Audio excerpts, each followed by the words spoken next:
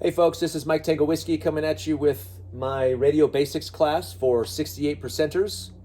If you're new to the channel, welcome. This is the prepping channel for the 68%. It's the people in the meaty part of that bell curve. Like, we work white collar jobs, we drive minivans, and we live in the suburbs, but we also want to be prepared for all the crap that's coming our way, which there's more and more of every day. This is the radio class for you all, okay, for us. If maybe you're not quite yet into radios, or you just bought a Baofeng, or you're interested and you don't know what it's about, and this class really covers the kind of the 50,000 foot view of radio basics, and then more specifically the UV5R and how it can fit into our prepping scenarios. Okay. I got into radios during COVID. So in my state, my governor wanted to send out a brigade of contact tracers to people's houses and, I don't know, pull you out of your house and take you to a hotel or a camp or some craziness. Thankfully, that never happened.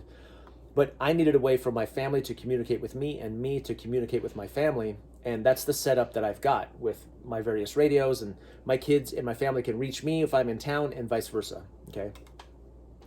So that's my level of knowledge. I am also licensed, I have my ham license and I have my GMRS license. And so, yeah, that's kind of, I have a basic functional experiential knowledge of radio systems. There's a lot of channel and a lot of radio guys on YouTube especially that are much more knowledgeable, legitimate experts in the field. I am not that. I'm a user. I'm a basic functional radio knowledge kind of guy, okay? And that's what this presentation's about. And I think that I do a good job of covering some things that I don't really see other channels covering, okay? Okay, so scope. Let's talk about scope. In my experience, I've done this presentation many times to live face-to-face groups of people. And what I see mostly is most people who are wanting to get into radios fall into one of two categories. They're either listeners or they're users. Listeners, they buy a radio, they get it programmed by somebody, or they program it themselves, and they put it in a bag or leave it on the shelf in case of an emergency. Those people will use this radio to get information in an emergency, in a hurricane, or some sort of earthquake or something like that. They can receive information. These are called receivers, right? It's because it receives transmissions. So that's the first user. The first group would be the listener. The second group, I would say, is what I call users. Those are people who buy the radio, get it programmed, like the listeners, but they also want to do a little bit more. They want to practice. They want to maybe do some regular radio communications with their family or with their group, their neighborhood group, or their team, or whatever that may look like, right? So they end up getting licensed, and they want to get some practice. They want to get some reps in on how to use this radio. That's basically how I see most people who first get into radios. They fall into one of those two categories, okay? We're going to address both here today. I want to start by kind of dispelling some myths. There are a lot of myths that we get about radios. Most of it comes from Hollywood. And I use this picture very specifically. So this is from Endgame, the Avengers Endgame, where Captain America is the last one, and he's about to fight Thanos and all of his army. And he gets a transmission. He's like, what? And it's the guy with the wingsuit. I don't know who he is. It's not Hawkeye. I forget who it is. But the guy with the wingsuit, he's broadcasting to him in his little earbud radio, which is way in his ear canal. And he's broadcasting from another dimension. So it's before he's even in this part of the earth and this dimension that he's like broadcasting to him. And he's like, oh, wait, what is that? What is that? Complete nonsense. Like, this technology, we see it in movies all the time, like this little earbud radio. If that exists, it doesn't exist for you and me. And it certainly doesn't exist between dimensions or to other sides of the earth where, oh, wait, what? You need a antenna, you need a line of sight, you need power, you need all these different things for that to have to work. The other one is SHTF. So in a lot of movies, what we see is, the end of the world has come, and these groups or individuals walk into this ham radio area, like a basement or something, and there's a radio, and they walk over and they flip a switch and they go, anybody out there? Anybody? And then lo and behold, there's somebody there. Also, total nonsense. So that radio would need power. the radio sending and receiving the other transmission would need power. The radio on the other end would need power. Then those two people would they would have to happen to be on the exact same frequency to reach each other. Okay, it's like a phone line kind of on the same frequency to hear and to send and to receive, to send and receive. And the fact that he just walks in and randomly stumbles upon as if someone would have to be sitting on the other end with power on the same frequency. So again, total nonsense, right? We think we're gonna flip this thing on and we're just gonna go, anybody out there? Anybody out there? It doesn't work that way. We'll talk more about that. Another myth is that a lot of preppers specifically think that they're going to buy a few of these radios and now we can talk without the government knowing. No, you can't. Okay. Some radios have encryption, and most, I think it's 256, I forget the name of the exact encryption, ACS or something like that. There's a level of encryption that is available in radios that would be useful to 68%ers, I think. But no transmission is completely private or completely secure. Okay, you have to assume that if you are transmitting on a radio, somebody else at the very least can hear you and know everything that you're saying. Okay, the right agencies, the right institutions with the right equipment can intercept and decipher all of the transmissions that you and I would be sending. Okay, so don't think you're going to get a couple Baofengs and you're going to go into the woods and you're going to transmit and nobody's ever going to find you. Look at the war in Ukraine right now. Like, radio transmissions are getting people killed all the time. They're not secure and they're not private. Okay, and there's also rules. There's legalities. So in relation to security, there are legalities about coding your transmissions when you're on the radio. Like during peacetime, there are rules, regulations, and laws that the FCC runs that controls all of this stuff. Even though as I'm broadcasting, we're in the middle of a government shutdown, so I wonder if nobody's listening. That's not encouragement to go do something on the radio that you should not, okay? But I'm curious. So there's a bunch of legalities. There's rules about what radio you can use on which frequency, what license you have that gives you access to which frequencies, how tall your antenna is, how much power, how much wattage. There are rules for all of this stuff, and we'll talk a little bit more about the FCC and how it controls all of those variables when it comes to radios. Forget what you see in movies. Don't believe all the hype about SHTF. Oh, I skipped one. Long distance. So radios can transmit a long way, but conditions have to be ideal. This Baofeng, this is kind of they tell you that this is only good for 1 or 2 miles.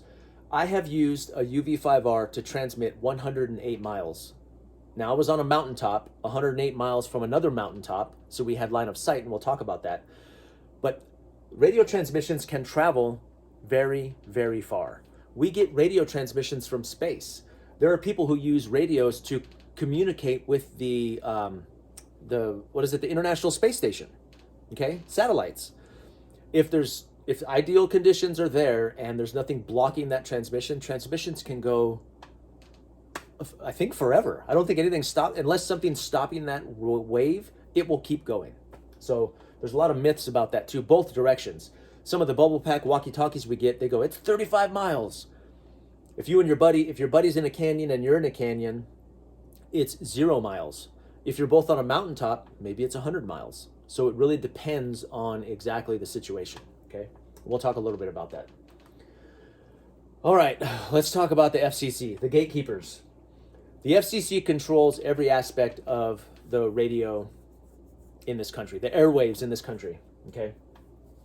They control our access to bands or frequencies.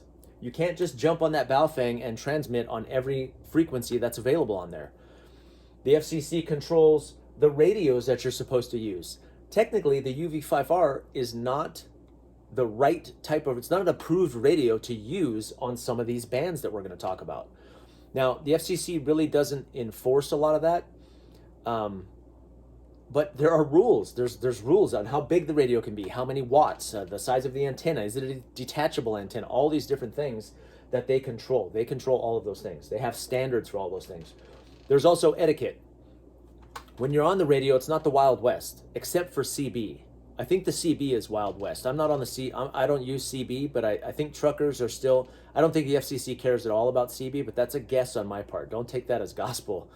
But it's like, this is white lightning coming through, you know, this is sexy boots, and I don't know.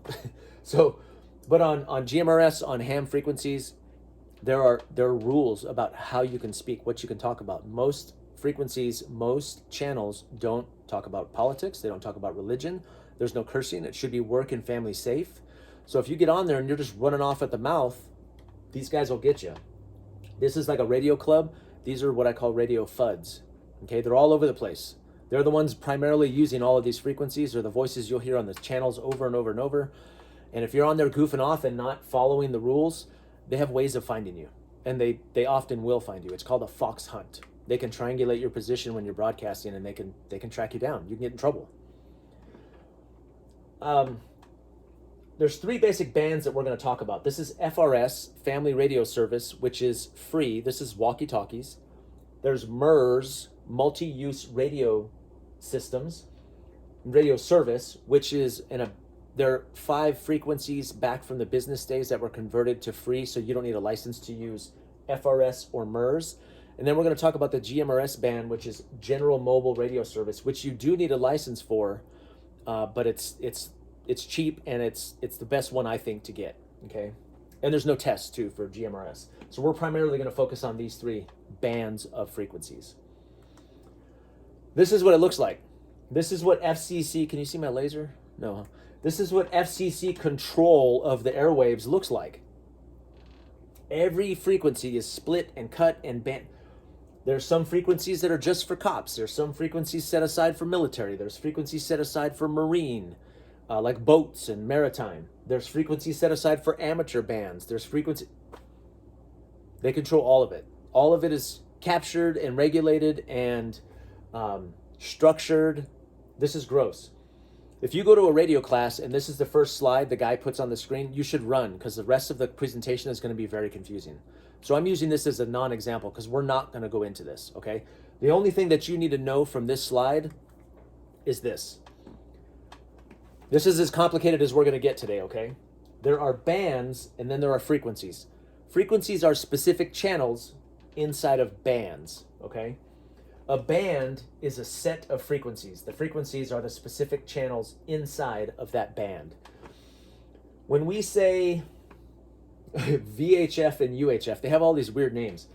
VHF is very high frequency. UHF is ultra high frequency, okay?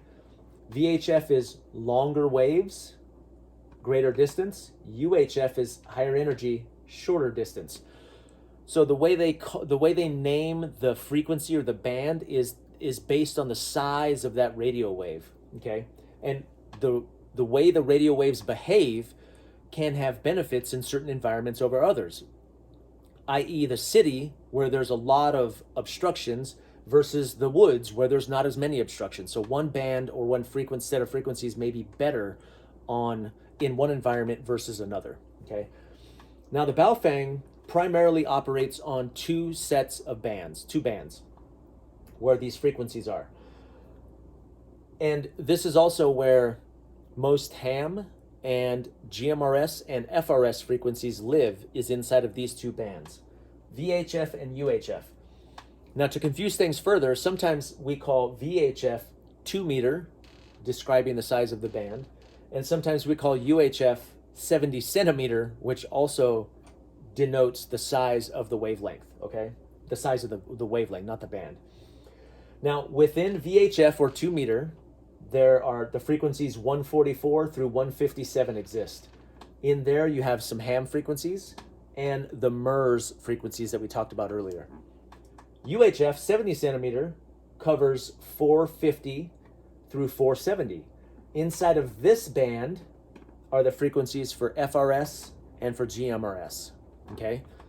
This is as complicated as we're going to get, but when you hear VHF and UHF, they're referring to 2 meters, 70 centimeters.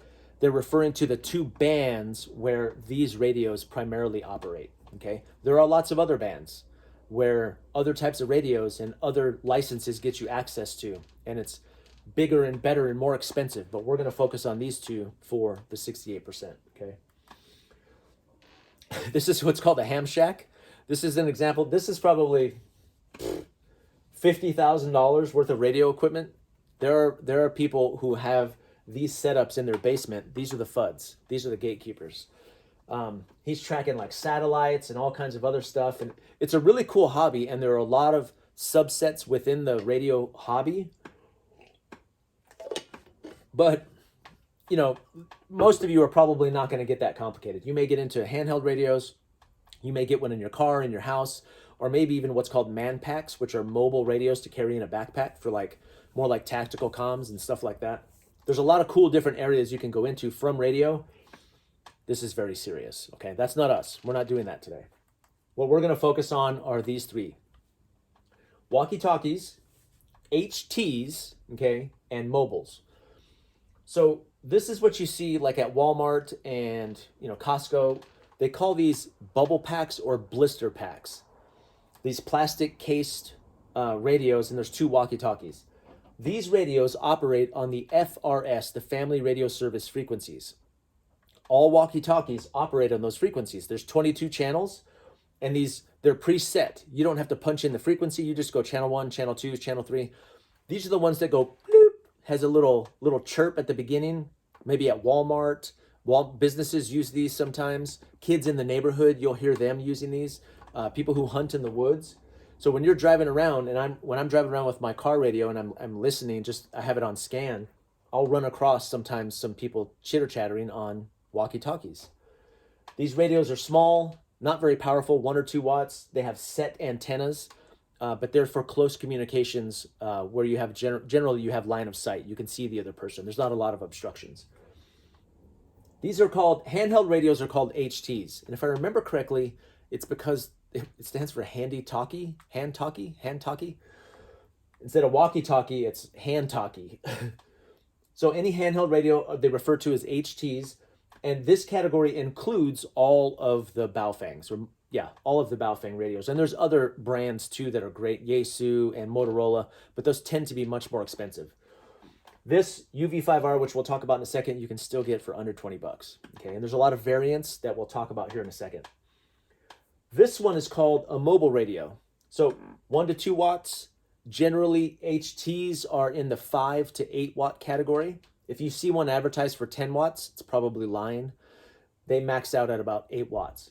Mobile radios are anywhere from 25 to 50 watts, sometimes higher, up to 100 watts in these mobile ones. I think 100 watts is the highest that I see most of these mobiles go.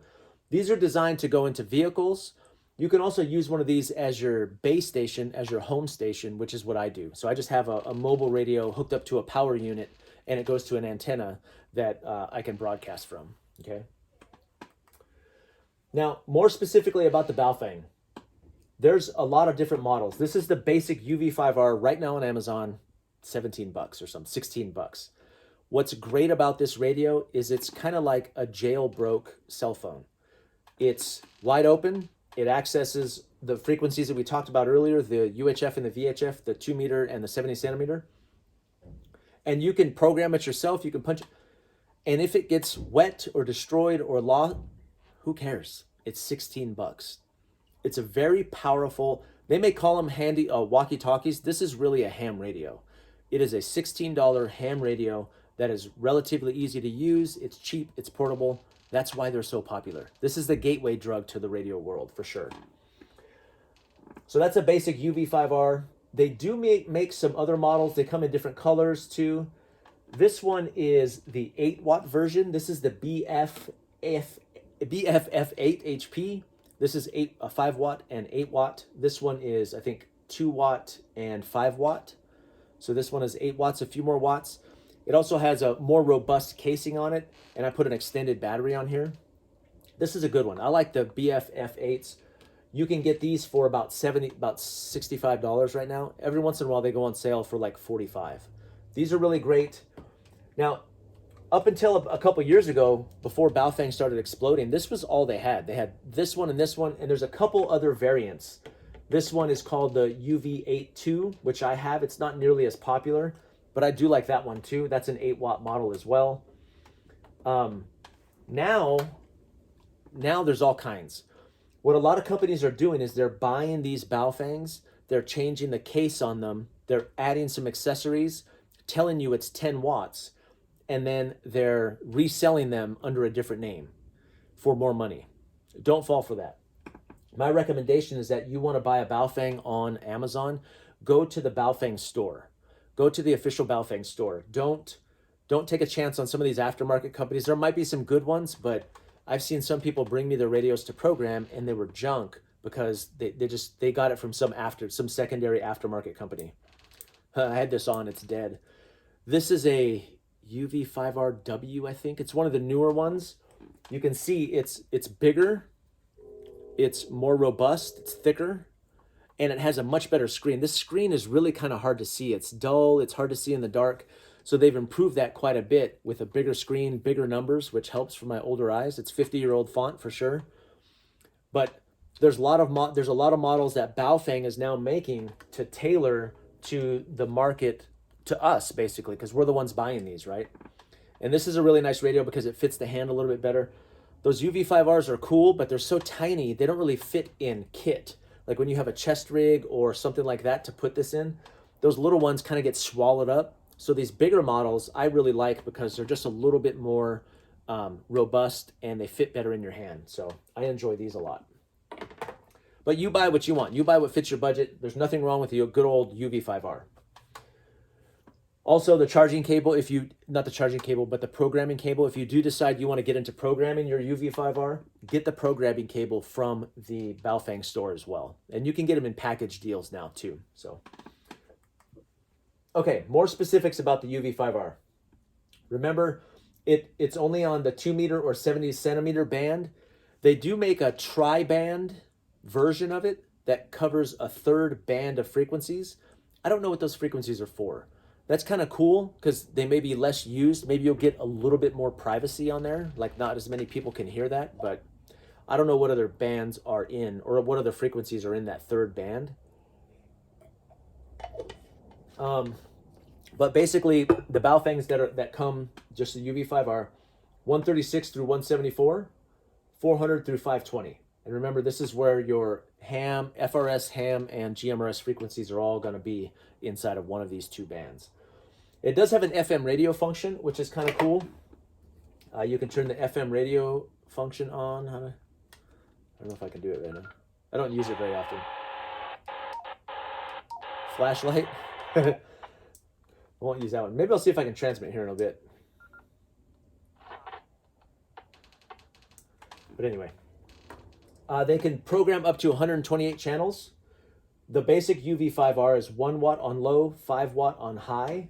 This model is 5 watts on low, 8 watts on high. Don't think too much about that. When my Baofeng went 108 miles, it was 5 watts. Okay, so wattage increases volume and punch, kind of the power of your signal, but you can transmit with very little wattage.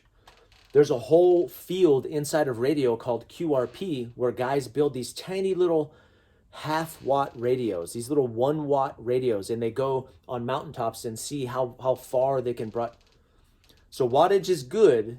It's the power of the signal. You want both. You want line of sight, you want height, you want power.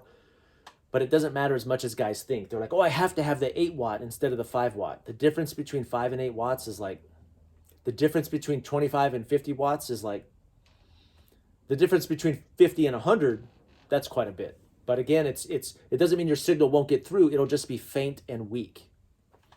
When I first got my radio and got licensed, I went up and sat on my roof and tried to hit a repeater 16 miles away with this antenna. And I reached it and I said, how do I sound? And they go, oh, you're faint and weak. That's because I was broadcasting 5 watts. When I switched to a base station in my house and I had a better antenna and then I broadcast to the same repeater on that, they go, oh, you're loud and clear. So it's the difference between, it's like the difference between talking like this and talking like this. It's the power and strength of that signal, okay? You'll get through with lower wattage. It'll just be kind of like, wait, speak up. Most of these radios operate on line of sight, primarily. okay? Unless you're using repeaters, which we're going to talk about here shortly. So let's talk about antennas. Antennas are arguably more important than the radio. And let me explain. So down here, there's a bunch of different types of antennas here. You see this guy? I've got one of these guys driving around my town. He's got like 50 radios. He's probably frying his brain in his car, but lots of different antennas for lots of different purposes. My part 2 to this video, I'm going to get a little bit more into antennas. But your antenna is important, I think more important than your radio, and I'll explain why. So down here I have a $100 antenna on a $5 radio is better than a $5 antenna on a $100 radio. This also has to do with line of sight. The quality of the antenna and the height of the antenna are more important. That's going to do a better job getting your signal out than the power of the radio, okay? Let me show you the difference. I'll see if I can demonstrate that. So, well, talk about it. This is what we call the rubber ducky antenna. Everybody says that's trash, throw it away. It doesn't, it sucks. It's true. This might be a better antenna, right? Because it's taller. That's what people do. When they get a Baofeng, they go on Amazon and they get the 3-foot, the 36-inch tactical folding antenna. And that's just a measuring tape. Like inside of that plastic is just a measuring tape. Antennas are not complicated. It's just wire and metal. It's funny. So this on my roof is better than this in my basement, okay? Because I'm higher up, even though it's a worse antenna, I'm higher up, so I have line of sight. Now this on my roof is the best case scenario, right? But this antenna on my roof is better than this antenna in my basement, because what we're doing is we're masking the capability of this antenna by putting it at a disadvantage, right? Where a crappy antenna up in a really good place is better, okay? So we'll talk a little bit more about line of sight and how that works, but lots of different choices when it comes to antennas. So don't get too caught up. Get yourself one of the Magoya. The Magoya ones are pretty good, or Nagoya. Yeah, there you go. Nagoyas, those are pretty good. This one I got off of eBay. I like it because it's a little bit more stiff. It angles, so it fits good in like a plate carrier. You can loop it through your gear. They make all kinds of ones. They make ones that are flexible that you can weave through your molly and all kinds of different things. So the second part to this video, I'll talk a little bit more about antennas. Hopefully I'll have more examples for you too. So remember I talked earlier about the two groups. You're either a listener or a user. So for listeners, you are primarily receiving, okay? You don't have to have a license to listen to this. Let's see. Scan. Also, these buttons are bigger, which is way better because these buttons are so tiny. My eyes are, I'm like, So I'm going to put it on, I'm going to stop the scan, put it on channel mode, and then scan. There's no law against you listening. You can turn your radio on, hit scan once you have all the frequencies programmed in, and you can just listen like a radio. That's completely legal, okay? Now, you can also listen to local repeaters. That would be my recommendation to you, is that you get one, get it programmed with your local repeaters that people use, and just hit scan and leave it in its cradle. Set it on your kitchen counter, and you'll begin to hear which repeaters are active, which ones are being used, and by just scanning, you can learn a lot about how the radio operators talk, the kind of it's not that exciting, I'll be honest. I thought when I got into radios, I was like, man, there's going to be a bunch of people like me on there. It's not. It's mostly a bunch of old dudes, which nothing against, I'm almost an old dude, right? Bunch of old dudes kind of using the radios as their social network and cell phones. They're talking about their decks and their lawns and traffic. When my son, he saw me listening and he goes, so you bought radios to listen to the radio, to other guys talk on their radios talking about radios? I was like, yeah, I guess I did. It's not that exciting. It's not like you imagine. It's really quite boring, right? But I think it's important to learn how to use them, and then that way, in case we need to use them, we can. So first group, listeners. You're going to buy a radio, probably get it programmed, do a lot of listening, a lot of receiving, and that's going to be the extent of it. Now, what you can't do as a listener is you can't push the push to talk button. You cannot push that and transmit, because then you need to be licensed, okay, depending on what frequency you're on. Now the users, this is one of those people. You're like, oh, that's really cool. I want to participate. Okay, you want to transition from a listener to a user. There's a few frequencies that are free. FRS, those frequencies, the walkie-talkie frequencies are free. You can transmit on those. MERS, and I have a slide here that shows it. The multi-use radio frequencies are also free. You can transmit on those with no license.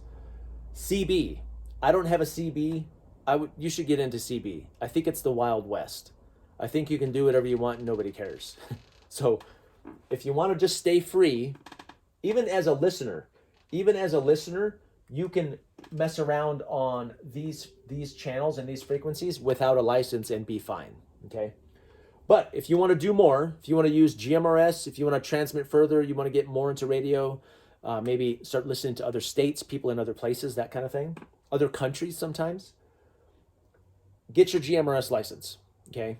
So you pay, I think now it's $35.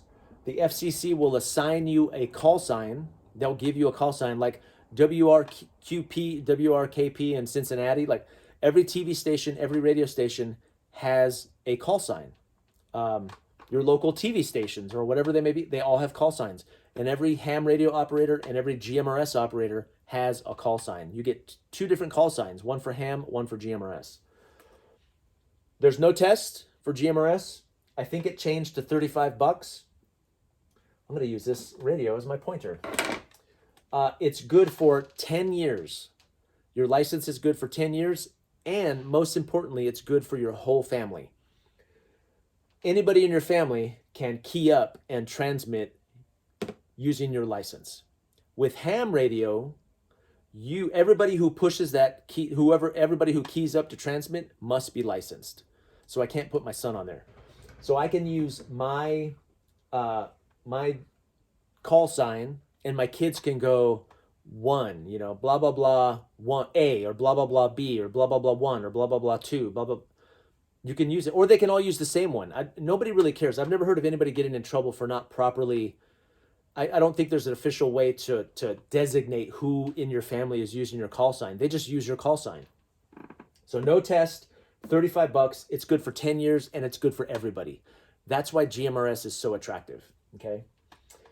Now, if you go to the FCC website, which is not being run right now because the government is shut down, you first have to apply for what's called a, you go to the FCC website and you have to apply for an FRN. They give you a number. Once you get your FRN, then you can apply for your GMRS license. Okay, pay the money, and then they issue you like a week later, 2 weeks later, they give you a call sign. Then you can legally broadcast on those frequencies. If you're interested in ham, look around. Your local radio club they have classes. You can study, you can take the ham test. There are apps that you can get to help you study. That would be my recommendation. If you really want to do that, get one of those apps, study for your test. It's not that hard. It's 35 questions. And once you're licensed for that, then you can broadcast or transmit on all of the ham frequencies. So being GMRS and ham licensed, it opens up more frequencies for me to use. And there's also more and better established repeaters in the ham world than there is in the GMRS world. But this is the attractiveness of the GMRS license. There's no test, it's really cheap, and it's good for your whole family, okay? Once you get your radio, get it programmed with the local, you can program it manually, which is not that hard. There's some great videos on YouTube that talk about that. Or you can get the Chirp. You can get Chirp, which is a software that programs your radio, and it's kind of like Excel. It's very similar to Excel, and it's not that hard to use. So here's some examples.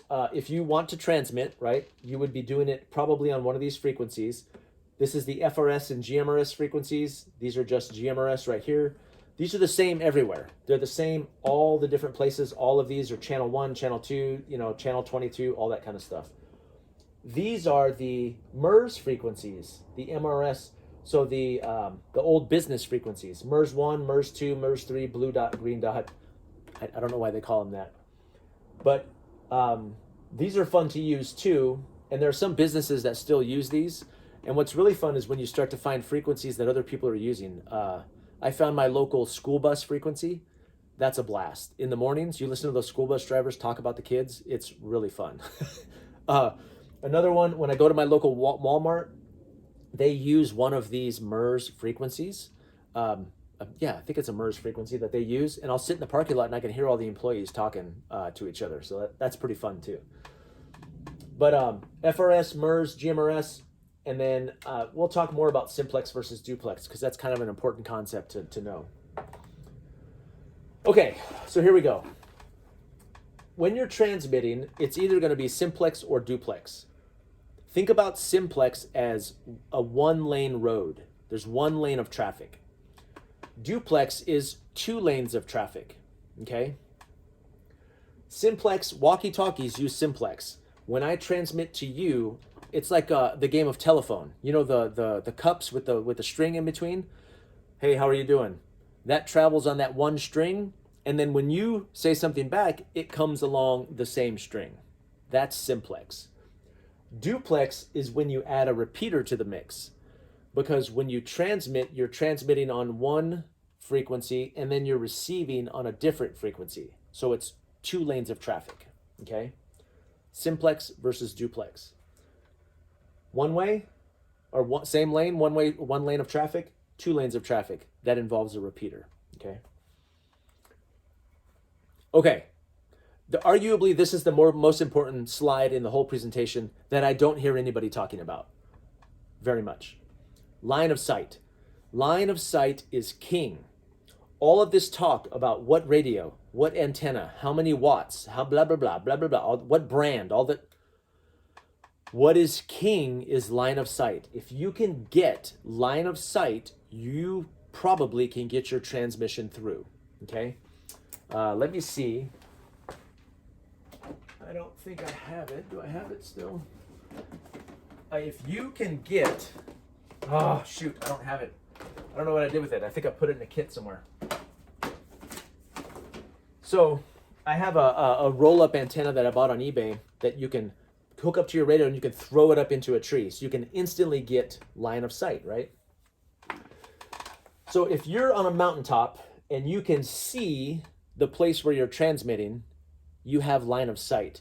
Now, even if it's really far away and you technically you can't see it, but your wavelength, your transmission can see it. That radio wave can hit it, right? Because there's nothing obstructing you sending it and them receiving it. That's line of sight. Now, if you have a mountain between you and where you're trying to transmit, you do not have line of sight. Where I live, I have a repeater. There's a guy with a house who owns a repeater like less than a mile away from me. But between me and him, there's a mountain. If I'm on my rooftop, I can see the repeater 16 miles away that way, and I can hit that repeater, but I cannot hit the guy that's a half a mile away because there's a mountain between us. I have line of sight here. I don't have line of sight here. So now how would I fix that? I could get to him, which may be more advantageous for me, if I walked to the top of that mountain, because now I have line of sight. Line of sight is king. If you can get line of sight, you can get your transmission through. You may have seen in some combat movies, was it the one with Mark Wahlberg, where he was the last SEAL, and the guy kept trying to get comms, and he's like, I'm going to find a better position. He was trying to work his way up the mountain to get better line of sight, right? Same thing with like cell phone communications and all the line of sight is king. Okay, I think I've said it enough. Now, where repeaters come in is in this situation where you don't have line of sight. You're here, your family's here, and there's a mountain between you. If there is a repeater on top of that mountain, now you can get line of sight because your transmission goes to the repeater and then the repeater broadcasts it down to the receiving end, okay? And then vice versa. They broadcast back and then, so it's a go-between. It's a relay device, right? I can see the tower can see you, my transmission can get through. When my kids reach me when I go downtown, that's how they do it. They hit a repeater that has better line of sight for downtown. Where I live has line of sight to the tower has line of sight to in town, okay?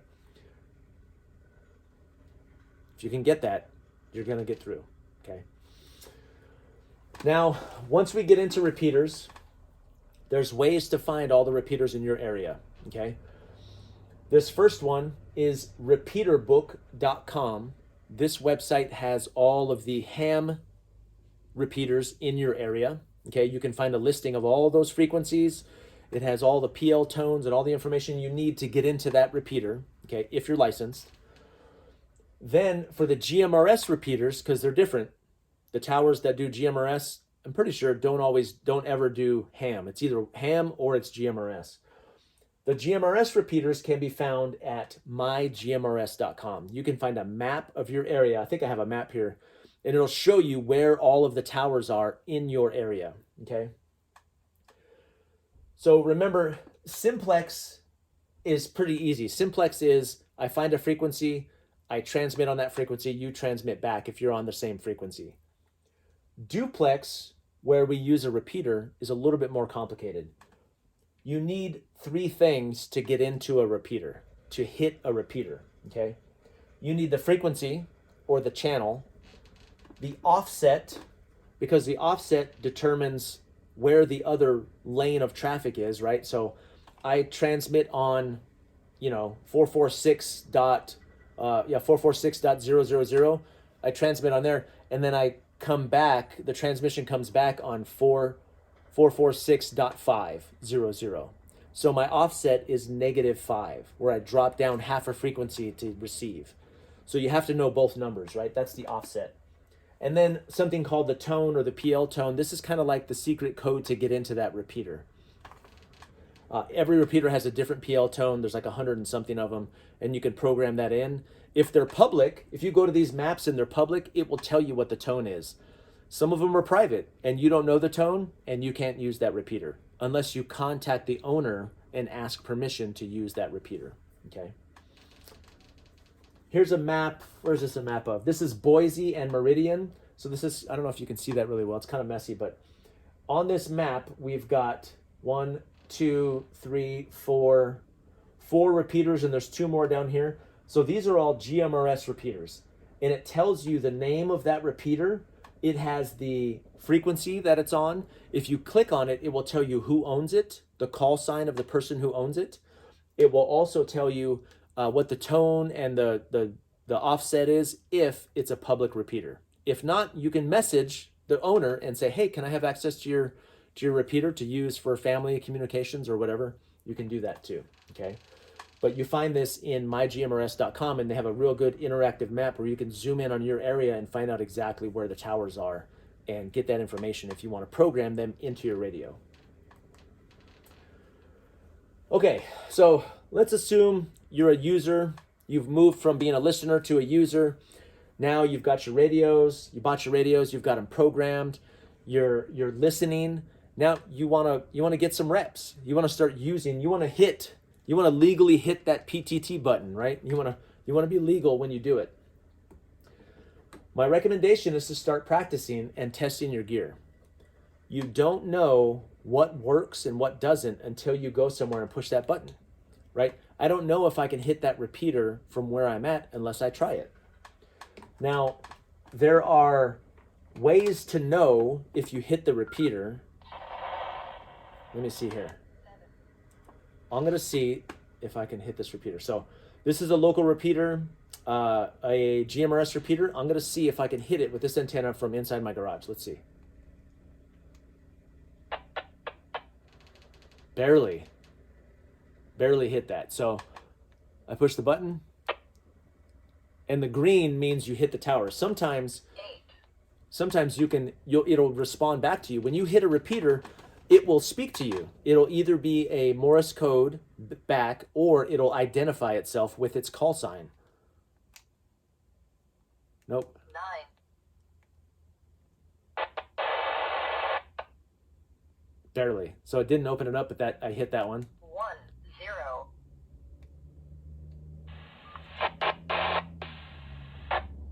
Yeah, I hit that repeater. So I could broadcast right then on that repeater. From my garage with a slightly crappy antenna. Now on my roof with a better antenna I'd get a much more clear transmission, right? So practice, start practicing. Start with the nets. There are clubs where you're at, most likely, that do weekly nets. A net is like a radio meeting each week. Someone will be in charge of running the net, and people, this is an opportunity for people, other radio people, to call in with their radios to see if they can get in. That person who's running the net is tracking all of the call signs of the people who call in, and they'll tell you, hey, I didn't hear you, can you come again, and tell you how clear. So you can test from different points of different areas, from your house, from your work, all kinds of things, what repeaters you can hit. And you should go through and systematically test all of your local repeaters. And then you begin to figure out what repeaters you can use to communicate however you need to communicate with your family or your team or whatever, okay? They're weekly and they're scripted. Okay, so the nets are weekly and they're scripted. It's a little bit of a good old boys club. I've never been like yelled at or anything on the radio, but if you're making mistakes and goofing off, sometimes they'll get on you. Some of these radio guys can be pretty crotchety. Not all of them, just some of them, and they'll let you know it too, because it tends to be the same guys all over the repeaters locally that use the radios on a regular basis. So when someone new comes in and you don't know what the hell you're doing, you can expect a little bit of rubbing maybe. So yeah, but once you get in with them, you're fine. I've never been like, anyway. There's etiquette. So remember, follow the etiquette. That's why I recommend listening first to a net. Pay attention to which frequencies or which channels, which repeaters have local nets each week, and you can just listen and you can see how they go. And once you hear a few, you get a feel for, okay, this is the way it's supposed to work. That way you know the do's and the don'ts, and you don't screw up and break any rules. Also, the phonetic alphabet. There is one phonetic alphabet, okay? It's the one that the military uses. It's Alpha, Bravo, Charlie, Delta, Echo, Foxtrot, Golf, right? My wife incessantly refuses to use it. She makes one up based on animals. She's like, aardvark, zebra, Tom. Drives me crazy. There's one phonetic alphabet. The reason it's good to know this is because if they can't hear you, they will expect you to broadcast your call sign phonetically. So you may be like, this is, oh shoot, I don't know, whatever your call sign might be. This is Bravo, this is Echo, Delta, 261. Like that's what they're going to want to hear from you, so they can keep track of who's calling in and make sure that they know what your call sign is. Every time you're on the radio, you're supposed to identify yourself with your call sign. And when you're in a long conversation, every 10 minutes, you're supposed to identify yourself with your call sign. So again, no privacy, no secrets on the nets, okay? And then listen in. I would recommend that you spend some time listening to those nets, because you get the hang of it. You kind of learn the ins and the outs, and it can help give you practice for when you want to start using this with your family or your group. Big takeaways: get a radio, get the programming cable, download the software. It's free. It's called Chirp. Start scanning and listening to frequencies and the weekly nets in your area. You'll learn a lot just by listening. Go get your GMRS license. Test line of sight. Start making contact. It's really exciting when you make your first contact. You feel like you have superpowers. You're like, ah. He's not excited because he's been on the radio for 10 years. I was like, oh, I did it. And this guy's like, yeah, okay, cool. Newbie, get off of here. And then you can even join a local net once it starts, or once you kind of get access to it. Find your local nets, figure out which one you feel comfortable in, and start testing it. Start practicing. And you can practice with new radios, new antennas, different setups, and that's the way you get kind of familiar with how to operate radios. Some other really great resources: the Gorilla's Guide to Baofeng Radio. This is more of a tactical handbook available on Amazon. It did really well. It's got some good information in there. Ham Radio Crash Course. This guy is Hashnazi. Josh is his name. Really great videos, long form, very in-depth, but easy to understand too. He's a great teacher, great channel. And then the Tech Prepper. This is more like 68% are leaning into tactical type stuff. So he does a lot of man-pack stuff. He's developing his own app. He does a lot of portable radio operations, which is very good information and very useful too. So kind of 3 different resources that you might use depending on what your application is, okay? No questions. There's no questions because I can't hear you. But that's all for now. I hope you guys enjoyed that. I hope it was useful. When you see these videos, inevitably there's going to be mistakes that I made during this presentation. Go down in the comments. They go down there. They're very good at correcting me. Actually, it's this. So check out the comments if you have any questions, or you can reach out to me and I will answer them the best that I can. But that's all for now. This is Mike Tango Whiskey, and I'm all clear.